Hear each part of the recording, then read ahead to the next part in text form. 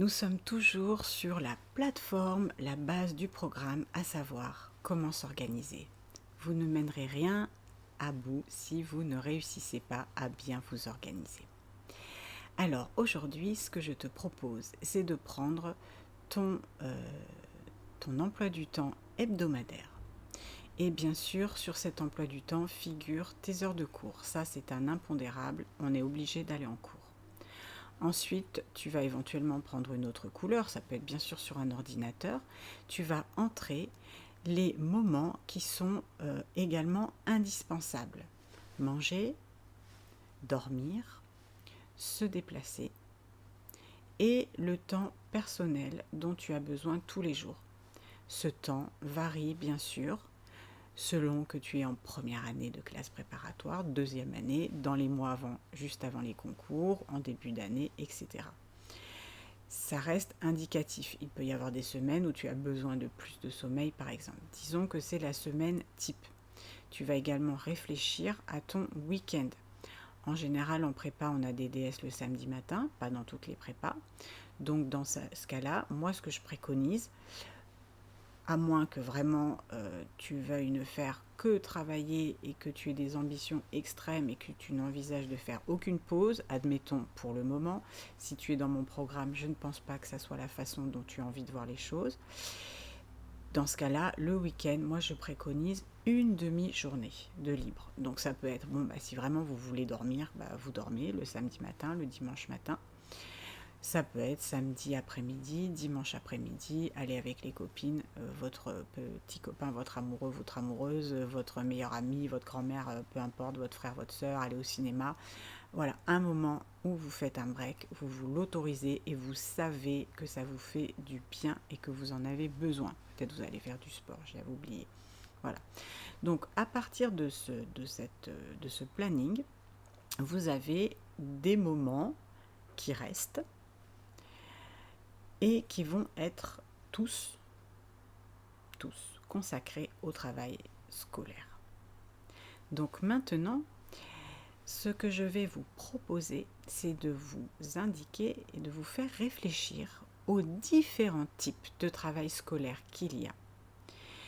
Et sur ce planning, vous n'allez pas forcément indiquer chaque jour ce que vous allez faire précisément, mais quel type de travail scolaire vous allez effectuer. Tout d'abord, dans le travail scolaire, il y a quelque chose que vous devez faire impérativement tous les jours, y compris le week-end. C'est un moment qui va durer peut-être jusqu'à 20 minutes où vous allez apprendre par cœur. Vous pouvez, et ça c'est quelque chose d'assez nouveau, consacrer par exemple ces 20 minutes ou ce quart d'heure à l'apprentissage par cœur, mais dans toutes les matières. Ce travail peut se faire également par exemple dans le bus ou éventuellement dans votre lit. Admettons, vous avez vos flashcards, on en reparlera dans une autre vidéo, vous avez votre Quizlet pour les langues, vous avez vos cartes si vous êtes géographe, vous avez vos dates si vous faites de l'histoire ou de la littérature, vous avez des citations à savoir par cœur si vous faites de la littérature, etc., etc. Votre cerveau se met en mode apprentissage par cœur. Donc vous allez prendre toutes les matières les unes à la suite des autres et apprendre par cœur. Des déclinaisons latines, des verbes irréguliers, etc. Donc vous allez lister tous les jours toutes les matières et vous allez leur consacrer quelques minutes d'apprentissage par cœur. Moi, je vous conseille de mettre ça dans un bandeau rouge et vous allez vous obliger à faire ça tous les jours. C'est la base. Trop d'élèves arrivent en prépa ou dans les études supérieures sans savoir apprendre. Il n'y a aucune matière que vous puissiez faire sans avoir un minimum d'apprentissage par cœur. Je ne dis pas apprendre tout par cœur, je ne dis pas apprendre par cœur tout et n'importe quoi bêtement, mais il y a des choses, si vous ne les savez pas, vous n'arriverez pas à construire votre réflexion, votre raisonnement. Voilà, ça c'est pour le premier type de travail. Ensuite, vous allez avoir, et ça c'est également très important, la relecture, le travail des cours. J'en profite pour vous dire que contrairement à ce que beaucoup d'élèves pensent, relire n'est pas apprendre. Je répète, relire n'est pas apprendre.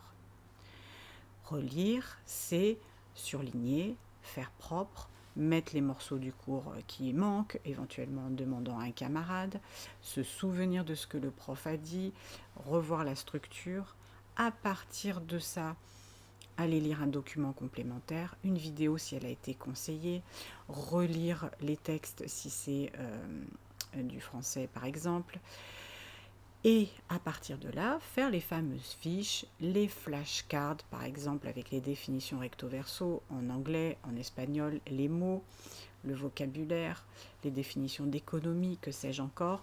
Donc là, vous allez vraiment apprivoiser votre cours. Ce travail doit se faire à chaque fois que vous avez eu le cours dans la journée. J'ai eu éco, je travaille mon cours d'éco. J'ai eu maths, je travaille mon cours de maths. J'ai eu littérature, je travaille mon cours de littérature. Donc ça, vous allez décider à l'avance quelle matière vous allez travailler, en général celle que vous avez eue au cours de la journée, et vous allez vous réapproprier les cours. Ensuite, il y a un troisième type de travail qui est celui de refaire les exercices. Alors bien sûr, ça dépend un peu des études, mais qu'est-ce que ça veut dire refaire les exercices? Bon, là où c'est le plus simple à comprendre, maths, physique, on reprend les exercices, on les refait une fois, deux fois, trois fois, jusqu'à ce que cela devienne automatique. On crée ainsi ce qu'on appelle du surapprentissage. Il faut que ça devienne fluide, facile. Vous êtes dans une matière littéraire, vous allez reprendre par exemple un paragraphe que le professeur ou une dissertation que le professeur a dictée. Vous allez vous dire, bah là je vais réécrire ce paragraphe moi-même avec mes mots. Vous avez fait un thème, une version en langue, et bien vous allez reprendre le thème, la version. Vous refaites les exercices. Ça doit se faire plusieurs fois par semaine. Dernier type d'exercice, et celui-là il va vraiment falloir réfléchir pour le caser dans l'emploi du temps, et bien ça va être vos propres productions. Ce qu'on appelle les fameux DM, un exposé, une dissertation, un DM de maths, un DM de physique, un DM d'éco, etc. Donc, ou une préparation de colle, j'avais oublié. Donc tout ce qui va nécessiter que vous utilisiez ce que vous venez de faire, ce que je viens de vous expliquer, pour créer quelque chose personnellement.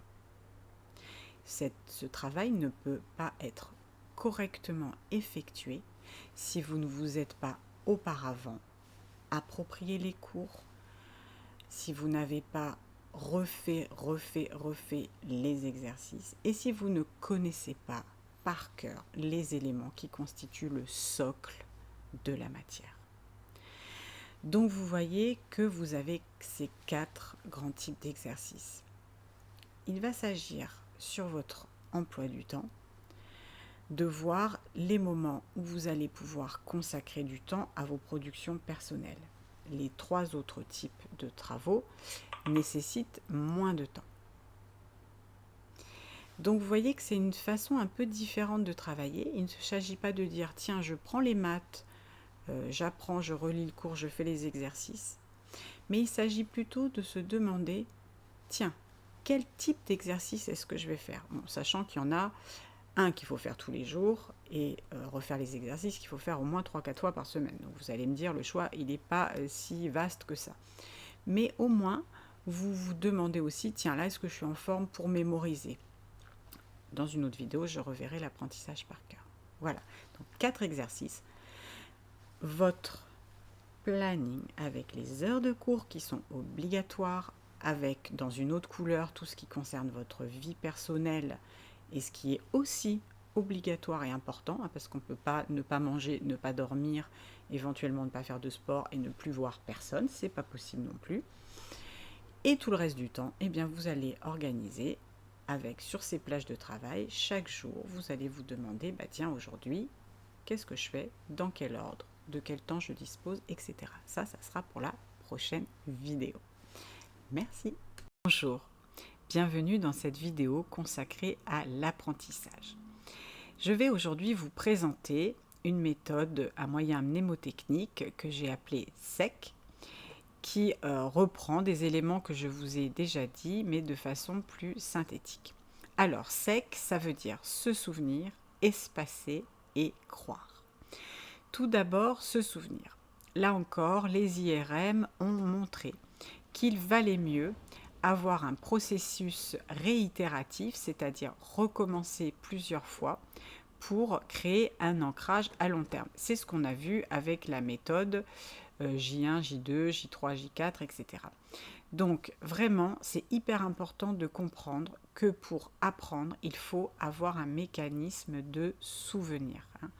Remettre en œuvre régulièrement les apprentissages.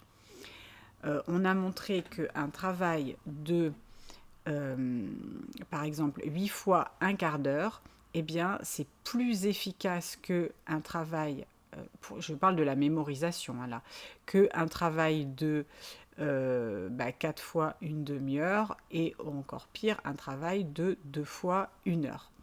Donc, on pourrait dire c'est la même chose, on a passé le même temps. En réalité, non, parce qu'à chaque fois que l'on reprend le processus, eh bien, le cerveau est invité à recréer les connexions neuronales, à les réactiver, voilà, c'est le mot que je cherchais. Et à chaque fois, en fait, que le cerveau réactive les connexions neuronales, donc à chaque fois qu'on se remet à l'apprentissage, eh bien, ça ancre plus profondément cet apprentissage. Alors que si on passe 2 heures à apprendre quelque chose mais qu'on n'y revient pas, eh bien, il en restera très très peu. Tout cela, ça a été démontré dans des expériences scientifiques. Voilà, donc il faut vraiment avoir la volonté de se souvenir. Autre chose aussi qui est très importante, pour se souvenir, eh bien, il faut accorder une importance particulière au sommeil. Pourquoi ? Vous le savez peut-être, lorsque l'on dort, on croit qu'on ne fait rien, en réalité pas du tout, le cerveau, lui, ne cesse de travailler. Donc, lorsqu'on met en œuvre des phases d'apprentissage avant de dormir, eh bien, le cerveau mémorise pendant la nuit. Donc c'est important d'avoir ces phases d'apprentissage espacées et régulières de façon à proposer au cerveau des moments où, de façon passive, puisque nous on dort, lui il mémorise. Donc ça c'est vraiment très important. Et je dirais, quand j'ai fait ces recherches pour me former par rapport à l'apprentissage et les neurosciences, j'ai découvert que beaucoup de choses que nous, il y a 30 ans, on faisait spontanément, que nos enseignants nous disaient, en fait, ça revient à ce qu'on a découvert depuis, mais sauf que depuis, on l'a prouvé. Par exemple, comme je dis toujours, à l'époque, eh bien, on apprenait nos leçons le soir dans notre lit. Moi, je me souviens, j'avais ma pile de classeurs, j'avais toutes les leçons et je les apprenais avant de dormir. Et c'était quelque chose qu'on faisait spontanément. Et depuis, on a prouvé effectivement que cette sorte d'intuition qu'on avait, on l'a démontré scientifiquement. Donc, il faut faire l'effort de se souvenir et il faut être dans la conscience en faisant un calendrier, un planning de révision, qu'il faut espacer les apprentissages. La veille d'un concours, d'un examen, on va réviser un petit peu, on va juste se rafraîchir la mémoire. Et de toute façon, si on a mis en œuvre ce travail d'apprentissage espacé et régulier, eh bien on sait qu'on s'appuie sur quelque chose de solide. Donc la veille de l'examen, la veille du concours, on va juste réactiver un petit peu le cerveau avant de dormir la journée d'avant et c'est tout. Et enfin, croire. Et ça, c'est vraiment quelque chose que je veux vraiment vous inculquer dans mon programme. Pour moi, c'est hyper important. Et ça revient à la vidéo, la 3e vidéo dans le module d'accueil, croire en soi. C'est-à-dire que là encore, des expériences scientifiques avec des cobayes, entre guillemets, ont montré que les gens qui croient en eux réussissent. Alors vous allez me dire, bien sûr, tout ça, on a l'impression qu'on enfonce des portes ouvertes, on le savait depuis longtemps, etc. Mais c'était basé sur des intuitions. Maintenant, on l'a démontré avec des expériences. Donc, croire en soi, qu'est-ce que ça veut dire ? Ça veut dire être dans un esprit de développement. Beaucoup de gens s'imaginent en réalité que l'intelligence, c'est comme un cube ou quelque chose qu'on aurait à l'intérieur de soi et qui serait prédéterminé à la naissance, voire même avant. Donc je suis intelligente, je ne suis pas intelligente, il est intelligent, il n'est pas intelligent, c'est comme ça.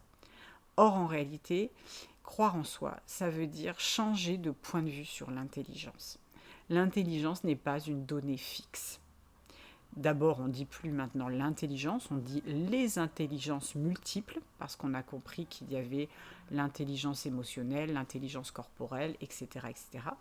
Et en plus, quand on est dans un état d'esprit de développement, eh bien, on sait que l'intelligence, ça n'est pas une donnée fixe, c'est quelque chose qui croît, qui peut grandir. Et quand on en est intimement persuadé, eh bien, on revient à ce que je vous expliquais dans une autre vidéo qui est le statut de l'erreur. Eh bien, on ne pense pas que se tromper, c'est rédhibitoire, c'est terminé, c'est même plus la peine de continuer. Non, on se dit, je me suis trompé, je vais utiliser cette erreur pour persévérer, pour continuer, pour m'améliorer, parce que j'en suis capable. Donc, croire en soi, c'est avoir vraiment cette notion qu'on a une intelligence en transformation.